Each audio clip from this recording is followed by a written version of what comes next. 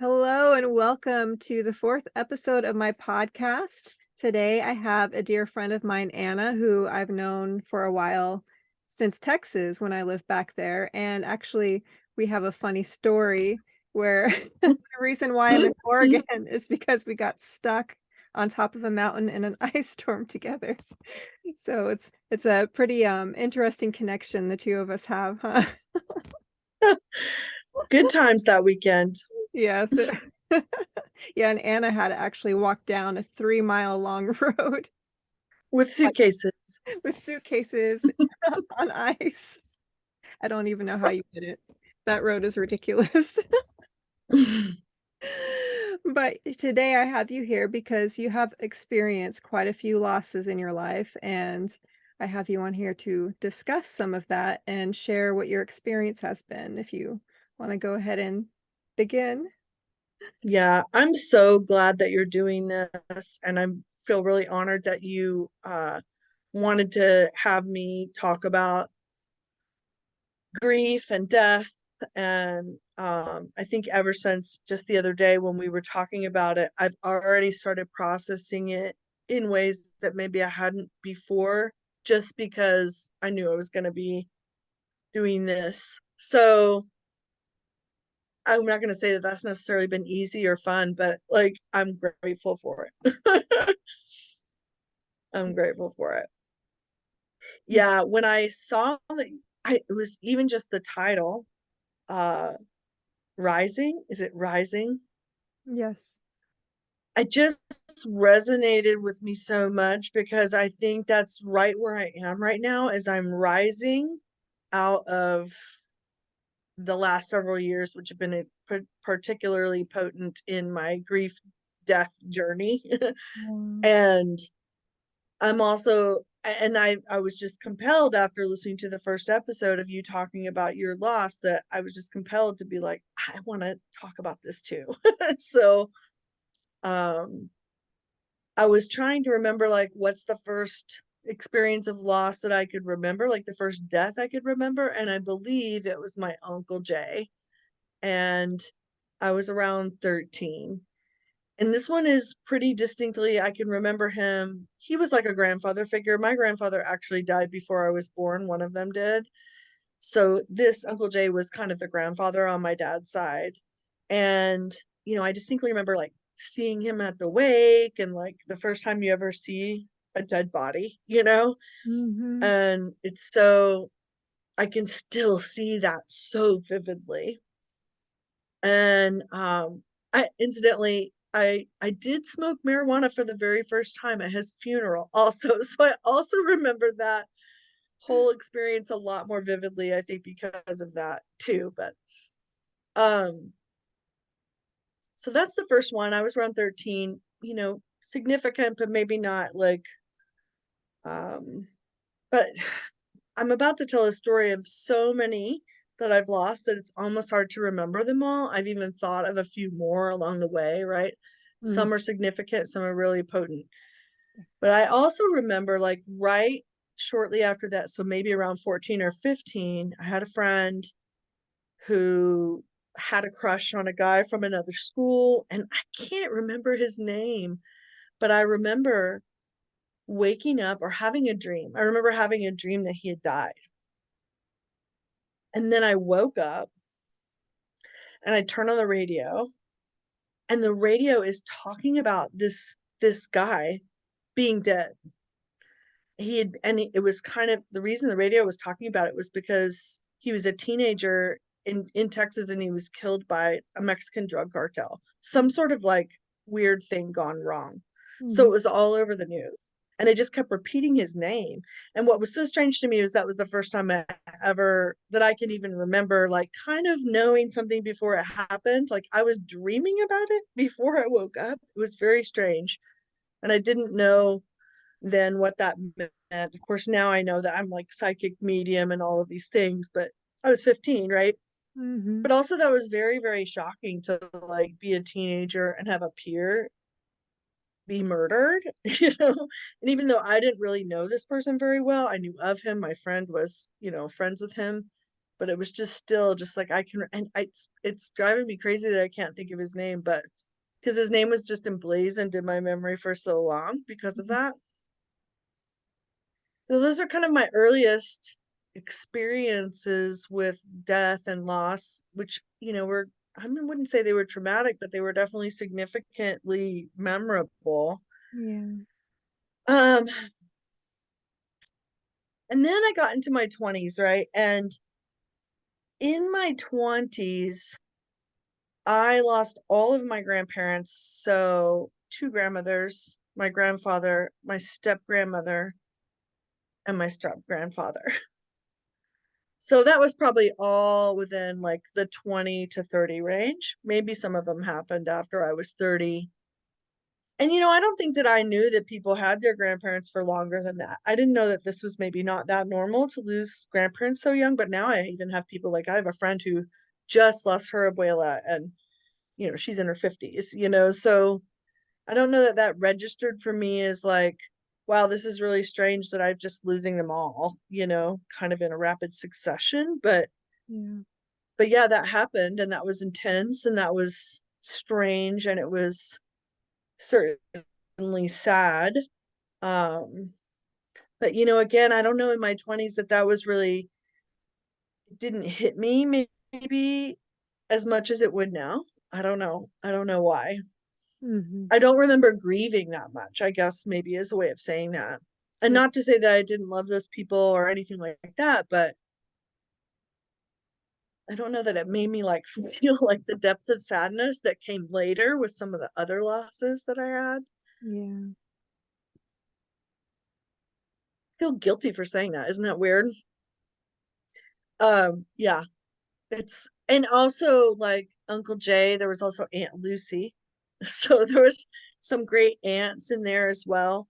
Mm-hmm. Um, and I think I was telling you this the other day, like that was me, but before I was even 30 years old, I'd already lost at least 10 people in my life. I know people today who are my age who haven't lost anybody, you know?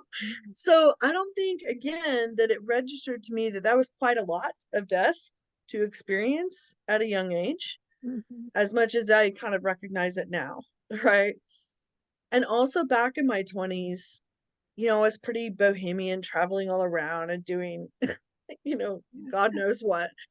But I've always been very into tarot since I was in my early 20s when I was gifted my first deck.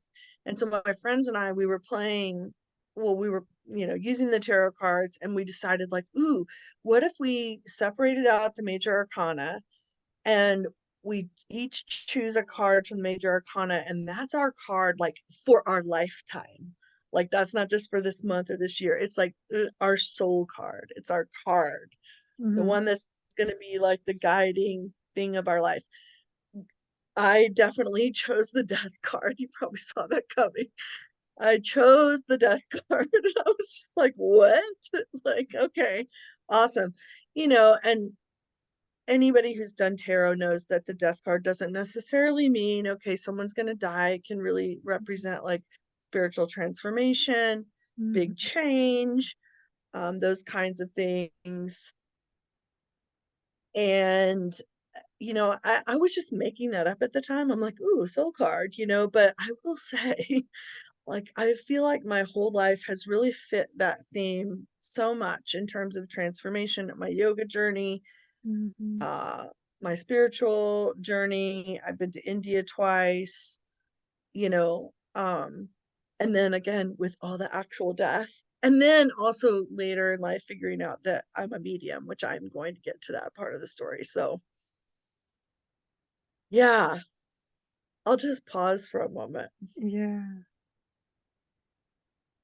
Yeah, I was thinking about the 20-year-old phase, and we're just really emotionally immature back then. And I just feel like when we experience death in that time, it's hard to know how to process it. And maybe it's not as deep of a processing until we mature more.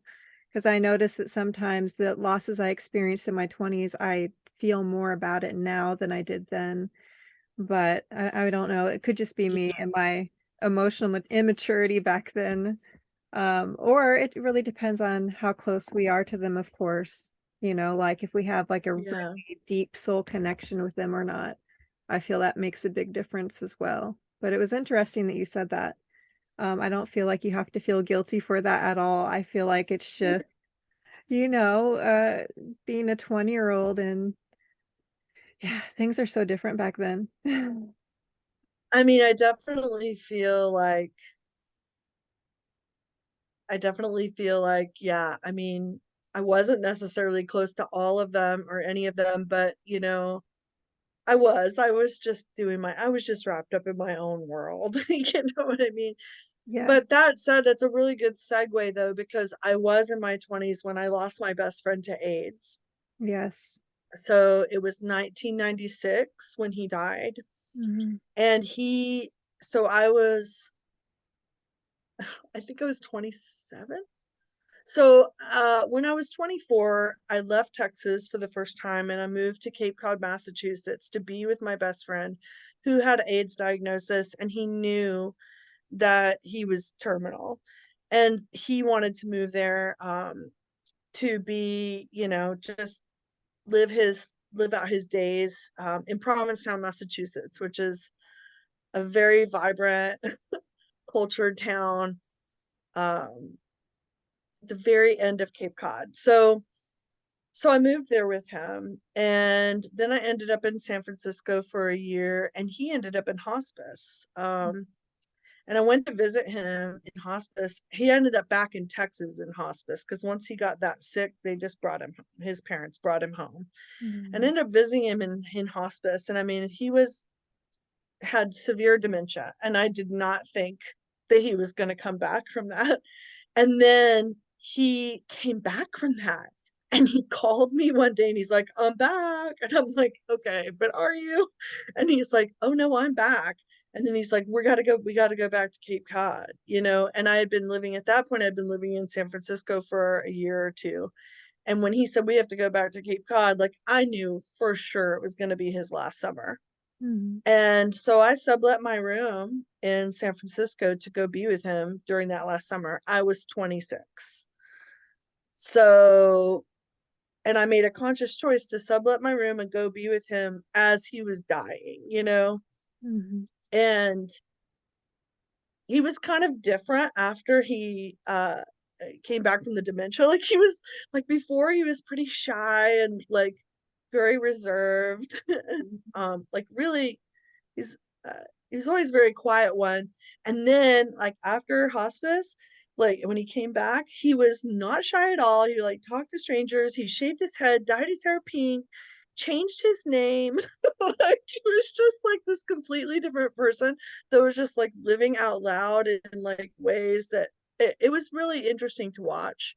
And then even like closer to the end of his days, like I don't know if you have the same experience, but I believe that people know when they're gonna die. Like, I think maybe not everybody, but I think in his case, he knew it was coming soon, because he was doing things that he just wouldn't have normally done. Mhm. Um, and then, yeah, and then he passed. And I think I had some other I don't think I had any other friends die of AIDS. I had a lot of other friends who were HIV positive, but I didn't have anybody else get that sick or die. And it was right before they came up with that drug cocktail that ended up saving a bunch of lives. So he just missed that by like such a close. And so we mourned him. We mourned with his family. We grieved him, and clearly, like he was my best friend. So like it was very, very intense. Knowing in advance that he was going to go and then living there that summer and then having that happen and then just what happened afterwards. Like he was also an artist and I really wanted to like honor him and tried to do something with his art, but like it just didn't really pan out. But he had so many paintings, so I was like we should be showing these or doing something. Mhm. um yeah, and his name was Scott, but he changed it to Forrest Van Scott. So that's who I'm talking about, Forrest Van Scott. Um, mm, it's been a long time. It's been wow, that was in 1996. So that's been 20 some odd years now. How long has that been? Like almost 30 years. Mhm. Wow. But that was pretty young for me to lose like a significant other, right? Mm. And after that, I think, and actually, I think it was after that that I lost some of my grandparents, right? So, you know, um, and then there was like some other friends that started passing away. They were probably more loose acquaintances. Mhm. But then I get really confused about the order of how many people I've lost and how. Um, so Scott was 1996. I probably lost some of my grandparents maybe at the end of the century, maybe early 2000s. But then in 2001, so that was right after 9/11, right? Yeah, that was. In 2001, uh, my niece, who was only 2 years old, died. She was almost three. She was about to turn three. And so she died of what they call sudden unexplained death of a child. Mm. So it's like SIDS, but apparently this can happen to children all the way up to like age 12. Mm. Yes. So, you don't actually think that your 2-year-old or your 10-year-old could die like that, but happens. Yeah. So that's really, really, really traumatic, as you can imagine. Like, she's just a baby, Mm. like, and none of us, I mean, it was like so completely devastating to my whole family, I mean, like, not one person in my family wasn't just deeply affected by that. Um, and my sister, whose daughter it was, she was only like 18 or 19 years old when this happened to her. Mhm. She was a young mother. No, maybe she was 20 by the time I guess she was 18 when her name was Kyla Allison. So when Kyla died, my sister might have been 20 or something like that. But again, really young to be a mom and have that happen to you, right? Yeah. And I remember thinking like, this is really before I had any kind of spiritual awakening in my life. And I was around 30, 32, something like that. But I do remember thinking like, there's got to be a reason for shit like this happening. And I know that like that's not always like true, but Mhm. like, like I just prayed that like someday we would understand why, that this could happen and Mm. that it would all make sense. And we might not know now, but like someday in the future, we might know, you know? And that's all I could think of. And then a few weeks later, and I don't remember who said this to me, but someone, said to me in my grief, like, hey, there's this Buddhist philosophy. And I actually tried to Google this to see if this is like a thing. I couldn't find anything about it, but this person said there's a Buddhist philosophy that says that when a child dies or when someone really young dies, maybe it's because they're really close to being enlightened and they don't necessarily need to be here and like live through all the karma because they're good. And like I said, I really wasn't that into Buddhist philosophy or anything at that time, but I had this like really uplifting experience by hearing that Mm. because I just reflected on Kyla's life and she's just like a 2.5-year old. Everything in her life was so happy. It was just like coloring and macaroni and cheese and singing songs and swings and fun stuff. And like everyone doted on her. And like, really, did she have a bad day in her whole life? I don't think, I doubt it. Like, she was just a cherub, you know what I mean? And she had a great life. And she was a very happy child and brought a lot of joy to every one of us. And I just thought to myself, what if that's it? What if she passed because she's just here to teach us like how to do life? And that's Mhm. all she was supposed to do, you know? Yeah. And I don't know if that's true or not, but it gave me so much peace at the time that I was able to like move on from grieving more quickly, Mhm. more potently. I was able to accept, I guess, that this had happened, and it just makes no freaking sense why.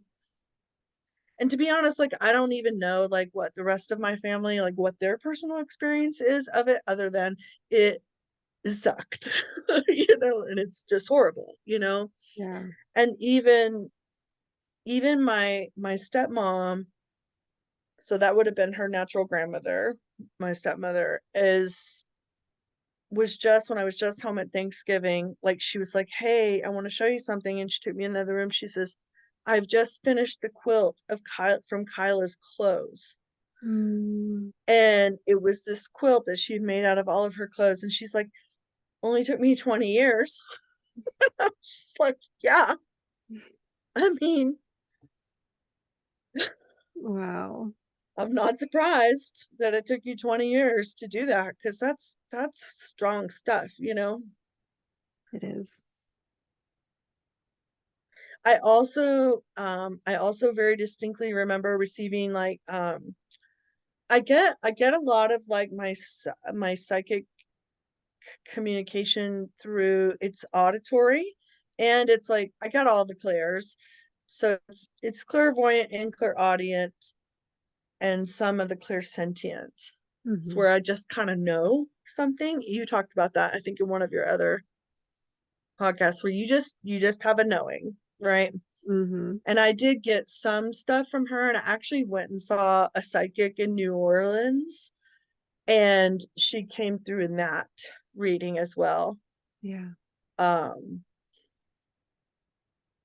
but again, I still wasn't fully in my spiritual awakening or really knowing like that was what was happening to me, but I do have some distinct memories of different songs and things that were going through my head right after I found out that she passed. Yeah. No one ever wants to see a child in a casket. Let Mm. me just tell you that. Mm. I think after that loss, I decided from that moment on that I would never attend another wake to see a person lay in repose like that, because I just don't need to see that. I don't need that for closure. In fact, it's traumatizing for me. Yes. And that's not how everybody feels. A lot of people want to see, and I am just like, nope, I'm good.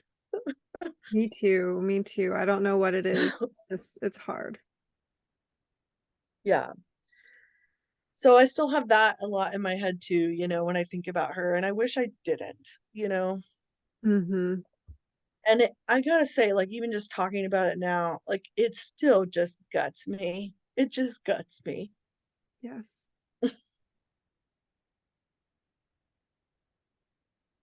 So this is fun. I, c- I laugh when it's awkward. I feel like, I do too. yeah, it's so like, it's such deep things to talk about. But Mhm. so that was in 2001. I think a lot happened. I'm looking at my notes. A lot happened. Somewhere after that, I lost a really good friend, another good friend, and it was someone I had known more when I was in my 20s, living in Cape Cod. His name was Jason, and he died really unexpectedly, like in his sleep. And Mm. I honestly don't know. At the time, nobody knew what had happened to him. They just knew that they found him in bed, right? And I honestly don't know actually that I was ever told what the official cause of death was. So I don't know that I can say that for sure, but he was only 33. He Mhm. was friends with Scott. So there was some amount of like comfort of like, oh, they're together, you know.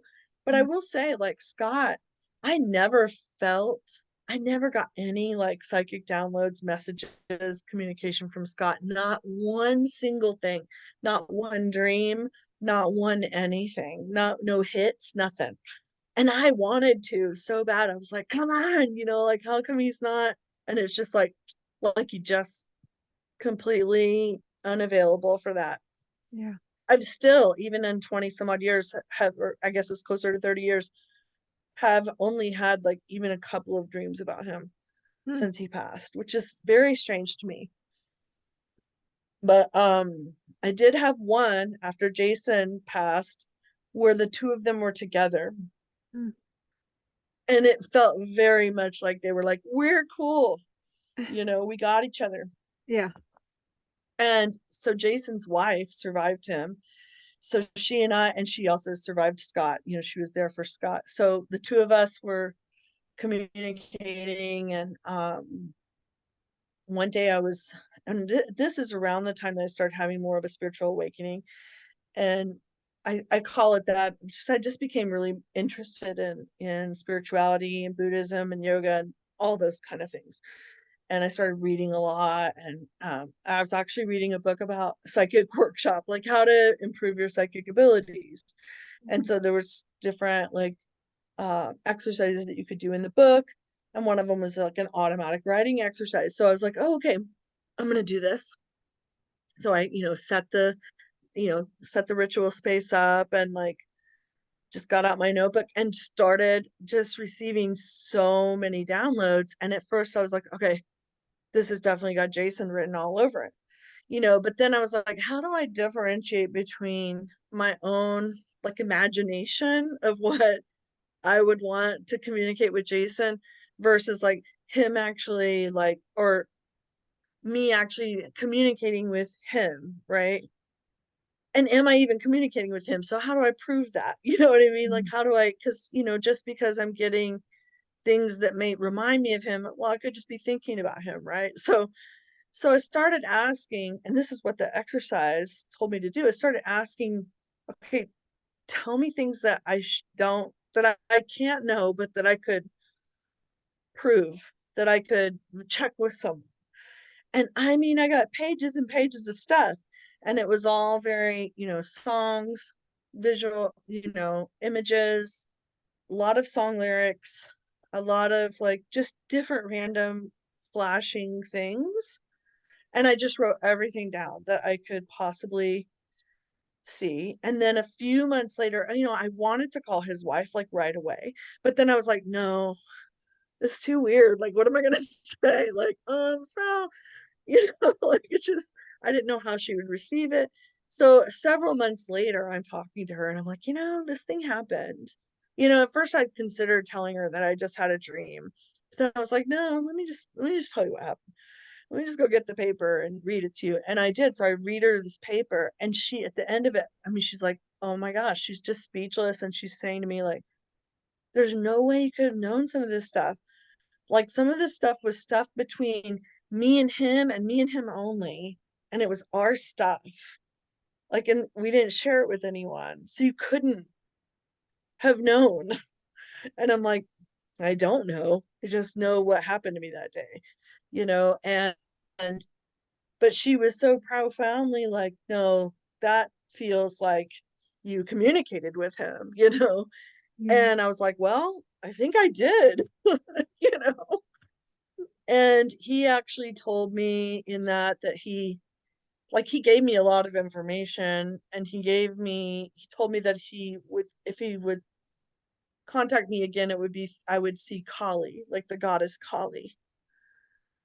And that, and he actually, and again, I didn't even know necessarily that he had been tattooing, and he had tattooed Kali on like several people, but we had had this Kali connection with my tarot cards like from the old days. So, and then when I was in India, I was actually channeling Kali, so there was definitely like a lot of like spiritual connection with that, and that was part of a spiritual awakening for me that had me realize, like, even if it's not him, like him, I my view of spirituality is like we're like a, like our body's like the cup, and then, our soul and source is like the water, and if you take the cup and you dip it into the ocean, well, now we're in this vessel that feels like we're the vessel, but if you take that cup and you put it back into the ocean, all the water comes out and just disperses and goes with all the other water. Mhm. It all just becomes part of the stuff. So to me, I'm like, even if it's not the cup, the vessel of Jason, there's something in the water, the source, that can give me that information and that represents Jason. And that's kind of how I look at it. Because I do struggle with like, it's Jason, but I do believe that I'm connecting with source that can give me information about my friend or about whomever that might need to be passed on.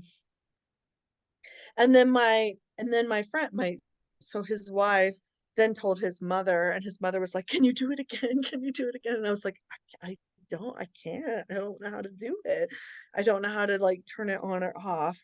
And I think I've also since learned that it's really not like that. It's just gonna happen or it's not, you Mhm. know. But it's never really happened with him again. Yeah. And it had happened again with another stranger, a person whom I didn't know at all. And actually, and this was several years later, but she was a friend of a friend. And I remember the night before having like these really weird dreams about hunting and like deer hunting and like deer processing. And I'm like, why would I be thinking about that? Like, I don't know anything about that. I've never done that. And then the next day I went to eat with my friend and her friend. And then it was just boom, like her father had passed away suddenly. Mhm. And it was just like, we're sitting there at dinner at a Mexican food restaurant. And I'm like, okay. So like, it did feel a little bit like that, like the shows where you're like, okay, I just have to say some stuff. You can take it however you want. I don't know you, but your dad is coming through. And he's showing me all of this stuff about deer and hunting and like whatever it was. I can't even remember all the details, but I remember the deer part and just, he's okay. And I could picture him. I'd never seen him before. I never even met him before. And I described him and they were all just like, what? And I'm like, okay, but he's just basically here to say he's okay and he loves you or whatever. But I described all of this like hunting and processing stuff. And she's like, you could like, we found my dad's journals after he passed. And he had written in one of his journals that his favorite memory was when I shot my first deer and we processed the deer together. So I Mhm. was literally getting the messages the night before I met this person, which I'm just like, it's just unexplainable to me. Mhm. I've since then like tried to like figure out like, well, how do I do this for people? Because it could be very healing, but like I really still don't know how to like it just will either happen or it won't, Mhm. and then there's that like imposter syndrome of like, oh, if I think it's happening and it's not, am I responsible? Like there's some like weirdness of feeling like I should even claim myself as a medium if I don't know what's happening, Yes. but I just claim myself as a medium because I clearly am. Uh-huh. Yeah, it's true. But yeah, I And can maybe we all are. Maybe we all are. well, I've had similar experiences too, just to share that a little bit, just so yeah, I feel the same way. I have that imposter syndrome, but I talked about James, my friend that died early on. And it was probably one of the first people that was the closest to me that I experienced that died. And I had dreams about him getting engaged, and I would call him and he would say, yes, he was. It would be like seriously right around the time it happened. And I also had a dream that he died right Mm-hmm. before I got the phone call that he died. And I've had this happen not just with that, but if I'm driving at night, I'll see flashes of animals jumping across the road, and then right around the corner, I'll see that exact image. So I'm with you on that, and I'm just Wow. like, Yeah. is this Yeah. real? Like, what is exactly happening? It's astonishing sometimes because you just Yeah. it's wild. So I've had that same kind of thing happen my whole life. In fact, I had a dream about my niece dying too, but Mm, it was my other niece, and they were very close in age. So in my dream, it was the wrong niece. hmm, And it's the kind of thing that like you don't like you have a dream about your knee's dying, you don't tell people. You don't be like, oh, here's what I'm. So I never told anyone that. But then there was a lot of like psychic phenomena around my niece. My dad even had some different maybe I'll call them premonitions. I don't know. Like weird stuff. But anyway, I'll not go there because I got more people to talk about that I've lost. So Yeah. but that's really when it kind of changed in terms of like, okay, now I feel like I actually can, there's people on the other side. I can actually communicate with them. Mhm. I'm gonna check my notes. So I think it was pretty shortly after that I became really into yoga. I had always been practicing yoga and I've been practicing since around 1996, but so now we're fast forward to like 2010, 2011. I guess I had a pretty long chunk without anyone dying, which is good. Or maybe I found out about like an old college friend or somebody like that, Mhm. Um, but then in I went to India. I talked about that, and I was just trying to look at like who the next big one was. Yeah, I mean, really, like I guess the next big one are these most recent ones. So I, as most people had during this pandemic time, 2020 was like for sure the worst year of my life, for sure. So in 2019, my uncle died, and he was fairly young, maybe his early 60s.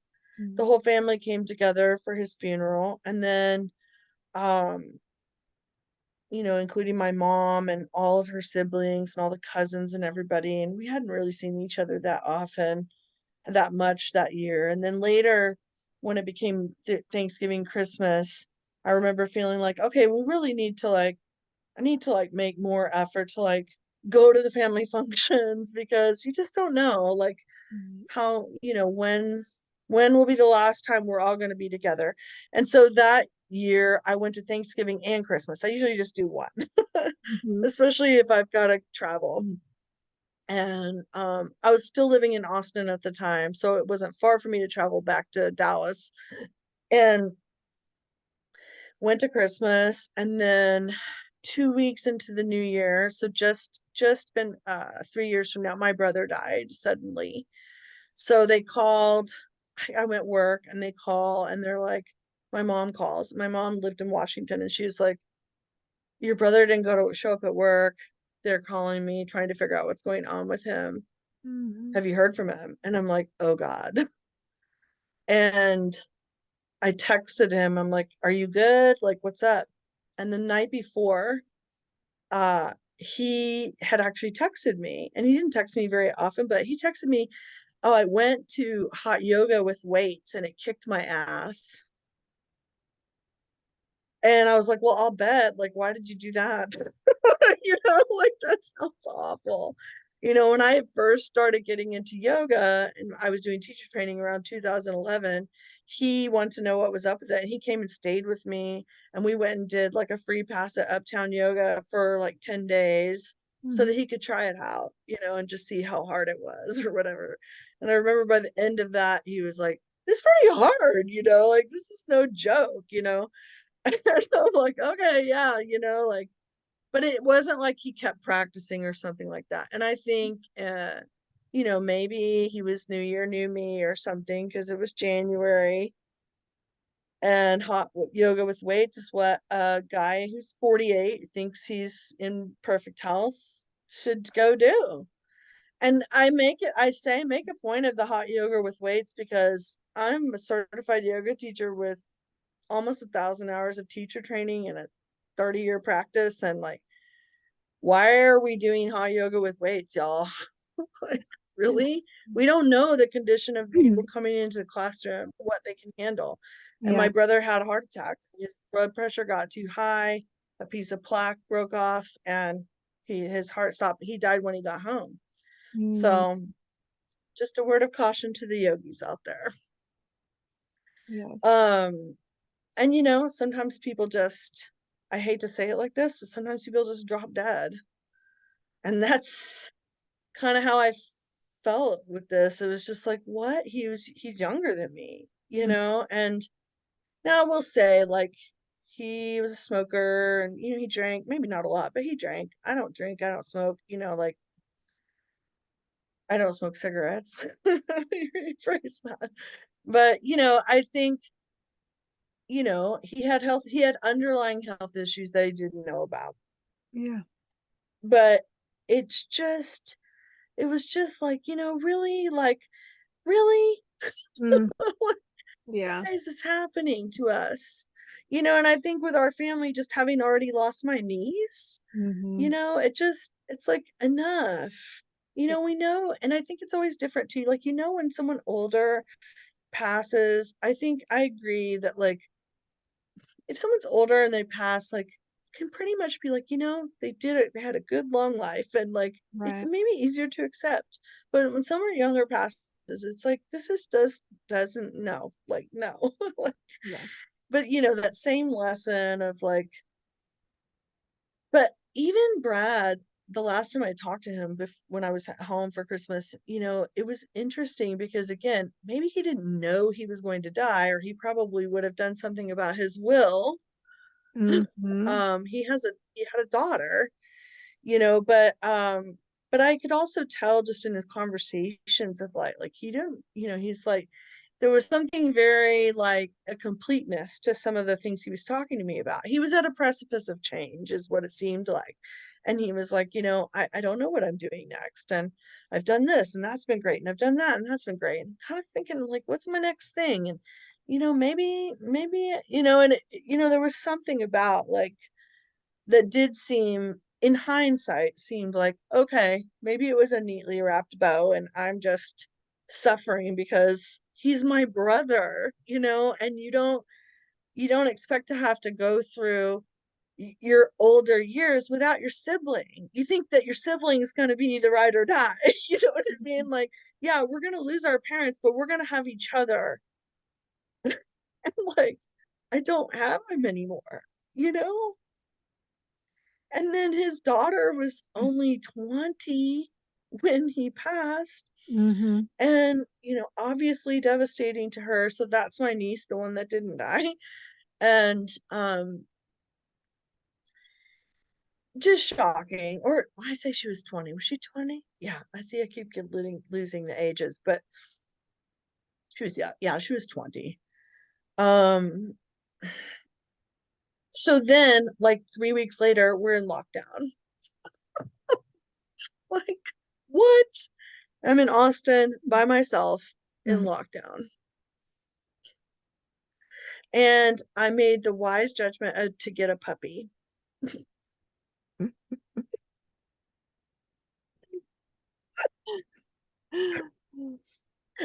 Because it was just like, why not? I think that was pretty I common. got it. I got a grief puppy. I got a pandemic puppy. She was unsocialized. She was all about grief, and she was a terror. Let me just tell you. She's only just now becoming a normal dog. Um, but that's a whole other podcast. So somehow we survived 2020.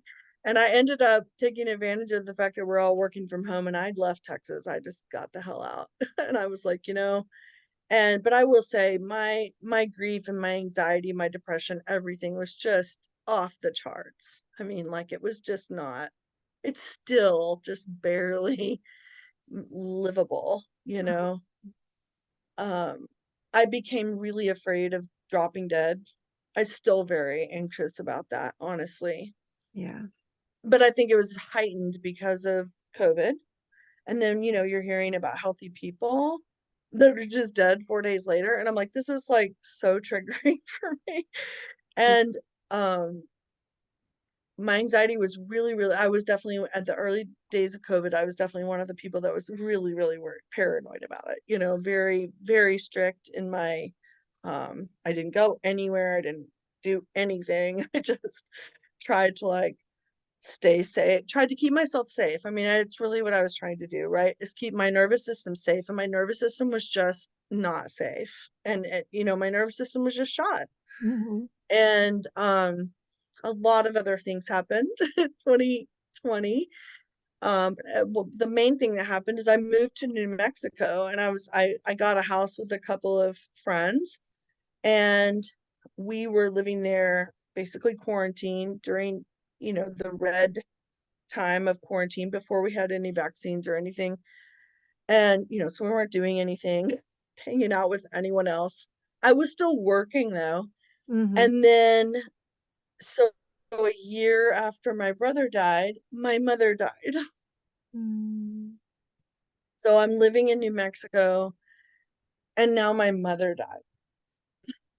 And she was extremely sick while she's in Washington. And it became a moment where I was like, oh, I'm probably gonna have to go up there and help take care of her. Like, she's really sick. And I didn't even know how I was gonna like get up there, because am I gonna stay at a hotel? Is that safe? Like that whole thing. So I'm kind of trying to make plans for how I'm gonna do my remote work and take this crazy puppy and go stay with my mom and like try to make sure that she stayed healthy. And then she passed away. So then it was like, oh, well, now I have to go. Even whereas before maybe it was an option, now it's like, now I have to drop everything and go. And, again, I don't think I was really recovered, and I was definitely not, I'm still not. I've definitely not recovered in any sense about like how it's just another shock, and I wouldn't. She was ill, but I know that she would have wanted to live. But I know it's also hard to like be a parent who lost a child. Like I can't. My dad, I can't still even imagine my dad's grief or my sister's grief for that amount, or even my niece, And sometimes I don't know. We do that. We compare, like, is mine, valid compared to theirs, or whatever. Well, because he passed and she died without a will, the responsibility of her estate became mine. Um, Also the benefits of her estate, but the state of Washington, we had to go to probate. Mm-hmm. Um, I became the executor of her estate. I had to move to Washington. So this is something that I wanted to talk about because people don't talk about this. People don't talk, not only do people not talk about grief, death, all these things, they don't talk about what happens like to the what happens after, to the Mm-hmm. moving of the stuff, to the purging of the stuff, to the timing of all of that, to the legal things, to the expense. Mm-hmm. Like immediately I had major expenses, not only to get myself and all of my things, but I had to pay rent in another place. Then I had to start paying the bills at her place so that I Mm-hmm. could have electricity, you know, but I don't have access to her money, at least not straight away, because you have to get everything in order, death certificates and all the things. And because there's no will, there's legal, I had to hire a lawyer like straight away, $3,000, like, so like I had to borrow money. I'm like, okay, I had to borrow money from my dad or my brother's estate in order to, and that was one of the things I remember talking to my dad. I was like, if Brad were here, he would be writing checks. So I need some money, you know, and we're still in that where I'm almost 2 years from my mom's anniversary and I'm still in probate and it's closing soon. But the amount of stuff that she had that has to be processed, all of you have to do their taxes for however many years after they pass. And then sometimes the estate, you have to do the estate, if the estate sells anything, you have to have estate taxes to be paid. There's all of these legal documents that go along with transferring the property. Not to mention, so in my case, because there was no will, the state, because my niece was not a minor, she was an adult child of a deceased son, she became the other heir. So Mm-hmm. between me and my niece, I'm the executor, but I'm also having to manage my niece and my niece's grief and my niece's loss, and um considering, how inheriting money from not only her father but her grandmother at a young age impacts her life. you know Mhm. it's a Yeah. lot. It is a lot. And I would highly encourage people to have a will. I'm saying that as a person who does not have one right now. But like, Yeah. don't think that we're going to pass. And I think if my brother had known, I mean, I think, my mother should have known better maybe, but whatever, it's fine. It is what it is. I mean, you can navigate probate. It's Mhm. just the kind of burden and the tasks that you don't really like, it's very difficult to take on while you're grieving. Yes. So, like, my ability to be able to handle these things and keep my nervous system in check and work, like, I'm still working through all of this, right? Like, I'm still working a 40-hour-a-week job. Mhm. I mean, in fact, I did have to take some time off. I mean, obviously, I took time off, like, right after both of their deaths, like, a few weeks, but Yeah. then after 3 weeks, you're back to work, and you're just like, "Okay," and actually going back to work really helped me. It just gave me, like, something else to think about or do, Yeah. but I ended up at the end of 2021 taking, like, 2 months off. I was like, I have to, like, full stop. And I'm lucky enough to be privileged enough to have the money and the ability to do that Yeah. so that I could just reset myself and my emotions, and I think I was saying this to you the other day. I thought I knew a lot about grief. Thought Mhm. I knew a lot about death and losing people. Up to 2020, I had lost so many people. I thought I knew what it was all about. Yes. And nothing in the last 3 years since my brother and my mom nothing could have prepared me for their loss. And I still see the other new losses on the horizon, like the rest of my family, my father, my aunts and uncles, people are going to die. I'm Mhm. going to die, and so now my grief and my anxiety and my feelings about it are even just more around, like, trying to make sure that I'm doing what I can to minimize somebody else's burden or loss, although I don't know that you can really do that. Yeah. I don't know that you can really do that, but I think a lot about that, having been the person who, like, how can I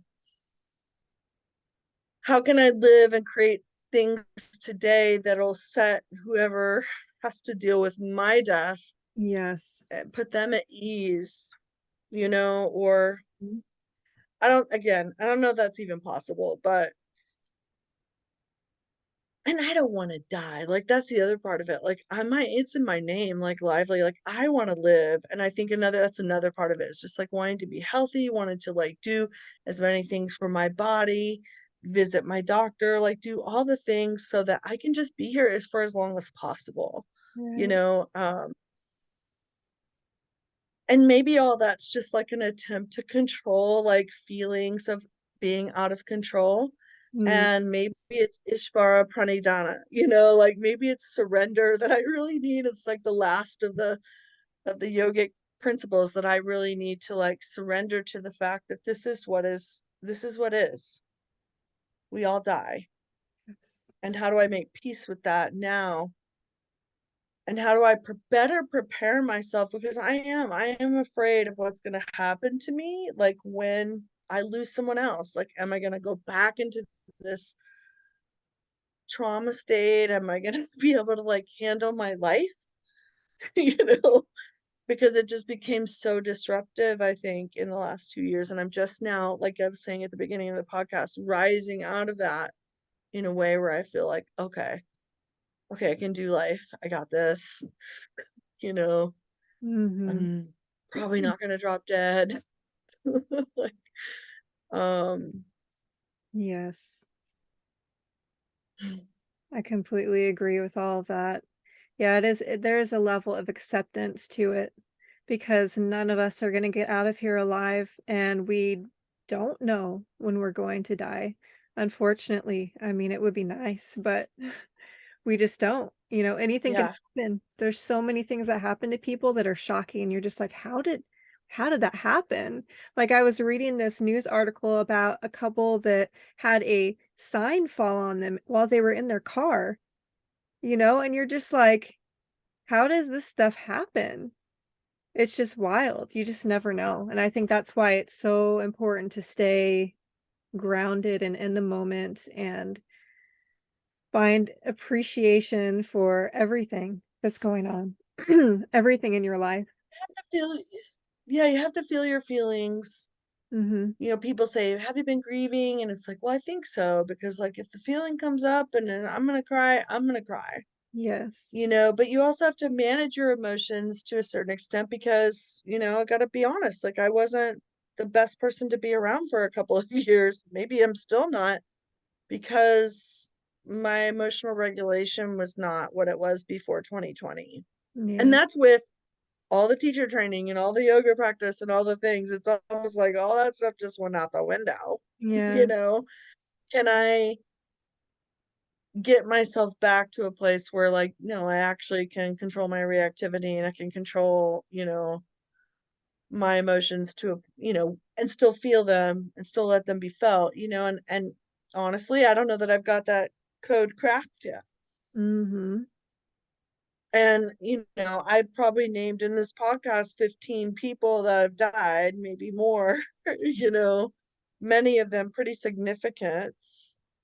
And, feeling like a very like strong tie to my own spirituality and my own, beliefs about, when my brother passed, I did meant to mention this, like I felt really strongly in the week or two, like especially the week after he passed up to his funeral and then maybe the week after, that he was just like right there with us, like as if he knew that this was unexpected, but he had to be like kind of, and I was channeling him a lot.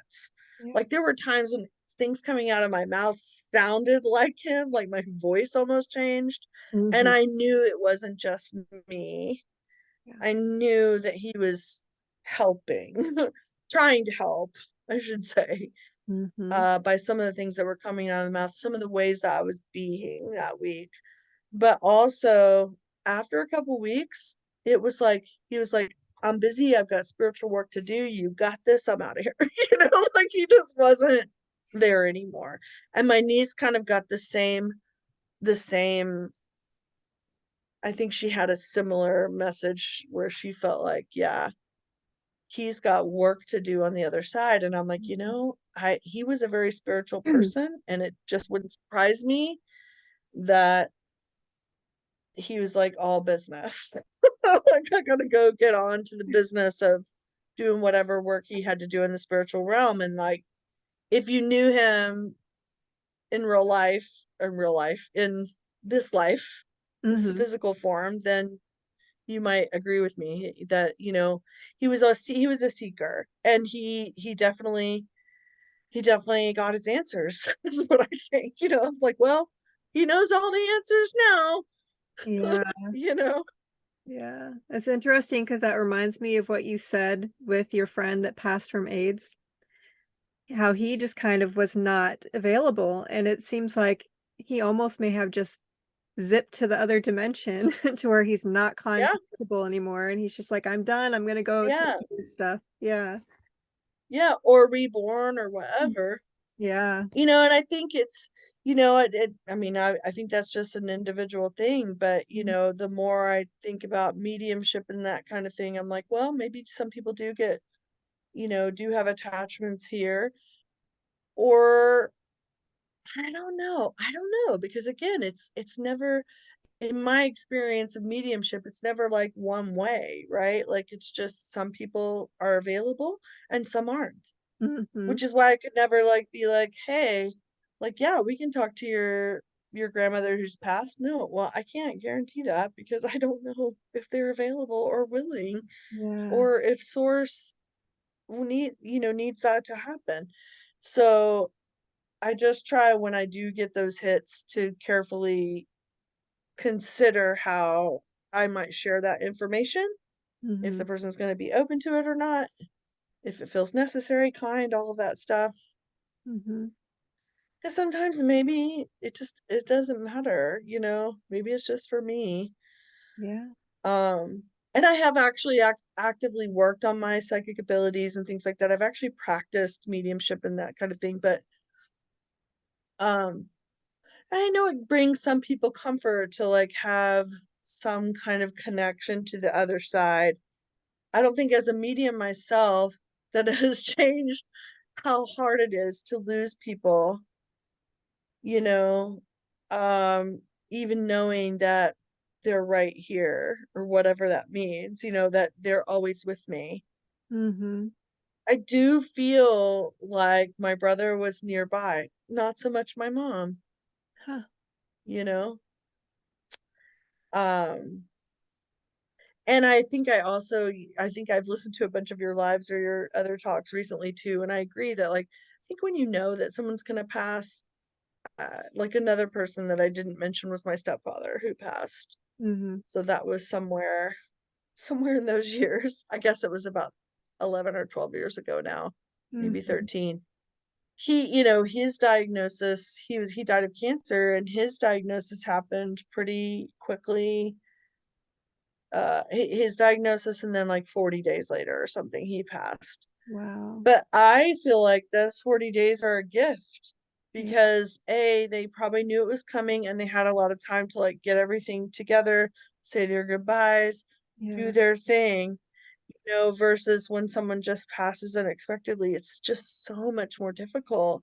It And I is. had that same experience with my friend, I knew that he was going to pass, I had so much time to process the grief in advance Mhm. versus the sudden unexpected loss of somebody you never thought was gonna die in your lifetime, or whatever. It's just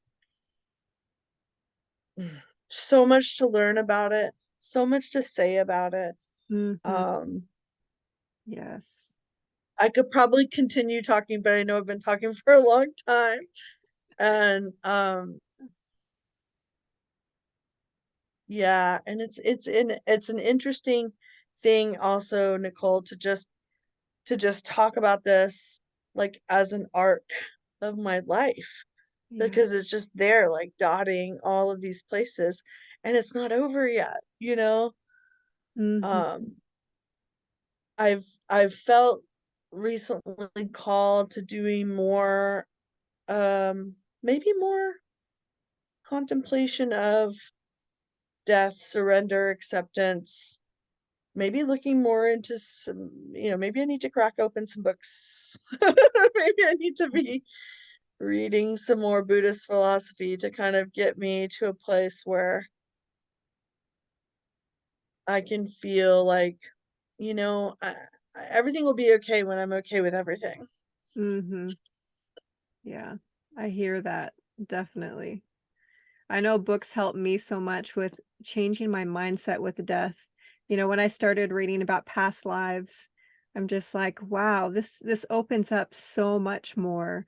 I really got into Brian Weiss's books and I just kept reading them and reading them. And I'm like, wow. So I feel a connection now that I didn't necessarily feel before because I opened my mind to a different perspective of relating to people who are no longer here. It's so Mhm. interesting, because in some of these books, like, there's a book called Children's Past Lives. There was one mother who lost her daughter in a fire, and she Mm. reincarnated into her next child, and she was able to actually tell her mother that she had passed away in that fire, and I'm just like, It "It was is her. it was her," and So I'm just interesting. like, it shows you how you could lose someone and they could come right back, and you just never know because not all children are connected to that memory. So it's Yeah. unlimited Yeah. possibilities, and that the Children's Past Lives book by I think it was Carol Bowman was so impactful to me because it just awe-inspiring. There was another case of a child who died suddenly and reincarnated in the same village in India and was able to find his family Oh, and connect with them. And he told them all about that's so interesting. it is, and I'm just like, these are the things that are so healing because we it's almost like we just don't know enough to accept that sometimes our bodies give out or sometimes accidents happen. And yes, there's grief and yes, it's extremely painful, but I feel like when we have another vision, like another comprehension of what's really going on, it heals us so much quicker because then we're open to different things happening that we never expected to happen before. So, yeah, it was big for me. That was life-changing with my grandpa passing. So, Yeah, the paradigm, and there's all these veils of, and paradigms that we could explore that maybe if we're just attached to one way of seeing it, we're missing the opportunity to see another possibility. I'm a very agnostic person. Like I will just admit, like I don't know. I don't know how I could know until I know. yeah, But while I'm here, like I'm open to what those things might be, and also a very earthly being. I recognize that I'm here on earth to do earthly things in this form, and that's why I'm here. And I know that we're spiritual beings, but I also feel like, but I'm here doing stuff here on mhm, this plane now. So I don't need to necessarily figure out what happens on the other side because when I get there, then that'll all be sorted. yeah, And true. I think that's where some of my anxiety and fear comes from around it is because I'm not ready to go there yet. I still am here to do stuff. Yep, I've had my own like near death experiences, a couple of them actually. Not near death experiences in that I died and came back, right. but just life threatening illnesses that where like I probably should have died. Yeah, And I get that sense of like, no, I'm supposed to be here and I'm supposed to be doing stuff here and it'll sort itself out when I figure it out. And in the yeah, meantime, I'm gonna do what I can to just like stay here, stay grounded, stay I I don't I don't want to be anxious, I want to feel okay about life. And yes, it's hard to do. Like life is hard, the world is hard. Everything's wild. You know, we don't really know, like you said, if we can even go to the grocery store safely yeah, anymore, so but and yeah, I think and it's that level of pandemic acceptance. times, Yeah. what's that? Yeah, it's that level of acceptance, like, I am is whatever's gonna happen is gonna happen, we can't Yeah, it's that we can't control anything, but there's yeah, that we need can to control it. sometimes, we're just like we want to so badly, and that's, like, a whole other practice within itself, releasing that and just being present. It's so hard, so hard. Presents. Yes, presence. I really appreciate you talking to me about all of this today and to share the story with everyone. It's really important. I feel like this discussion is so important because so many of us do not talk about it. Death is like one of those things that we almost keep it secret, or we shut off and don't allow the healing to happen. And I feel that's the big part of not healing in a progressive way is us shutting down and not sharing our story. Because, I mean, as Mm, we know with everything, like anything that happens to us, when we share our story with people, it's so healing on so many levels to talk it out. yeah. Well, It feels healing to me now. I mean, I'm smiling. I don't, so yes, I appreciate the opportunity to talk about it. I hope it does help to hear it. I know, Yeah, we should normalize it. That's what we're doing, right? Yes, exactly. And we should all make a will. Yes, I was gonna We say should that all too. go, we Yes, should all go yes. figure that out as soon as possible. I agree. I agree. And declutter, right? We were talking about that. Yes, yes, the decluttering, which is, I think that's also been a part. I'll leave it on that note. There's a there's a grief process of just being able to like let go of the physical person, but then if you're like me, then you're clinging to all the other things that are still here. Yeah. And it is taking me so long to just be like, it's okay. I can let this go. I can let this go. But like that's also something that happens in stages too. It's another, Yeah. maybe if I had a Mm. pro tip on how to, I would say maybe don't get rid of things right away. Give Mhm. yourself some time and space Yeah. to, because I think a lot of people do, like sometimes they do purge things too quickly and Yeah. then they kind of regret that. Right. Maybe in my case, it's like it could have happened more quickly, but every time I let something go, I'm like, you know what? It's just all in the time. And yes, I start to think about how do I prepare, you know, Mhm. for for whomever has to come behind me. Yeah. And do I want them to be burdened with the same amount of stuff? No, I don't. Do I need all this stuff? No, I don't. Just start slowly getting rid of things Mhm. Yeah. and less consuming of things. Yes. The older I get too, Yeah. And less need to consume more. I don't need more books. I can go to the library. Like, I don't know.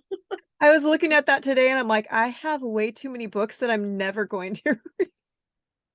Right. And books, that was like one of the hardest things for my mom to get rid of. Like, I'm going to tell you what, she had 1,000 books, and I could not figure out what I was doing with these books. Like, no one would take them. Wow. And I think maybe in your mind you think, oh, there's always someone who's going to take all these books. Nobody wanted them. And I was just like, how am I going to put these books in the trash? I'm not going to do that. They're books. I Yeah. finally found a thrift store that took them. But, like there was, I guess in my mind, it was like, oh, the library will take them or something like, no, nobody wanted the books. That's good to know. That's good to know for people too, who have a lot of books and keep adding on to their Right. collection. I was saying Wow. nobody wanted them. My first stop was half price books, but my mom had a habit of taking they were all hardback, and she took those dust jackets off of all of them. If they don't have a dust jacket, They they're won't not take up. resellable. It Yeah. won't take them. Yeah. So just so you know, Oh yeah, folks. I've done that too. Oh man. Anyway, all right. Mhm. Yes, Thank you. thank you so much. I really Uh, appreciate it. I'm so glad to have you on here. And I'm going to end the show here. Thank you everyone for listening. Thank you, Anna, and I will talk to you all next time. Bye. I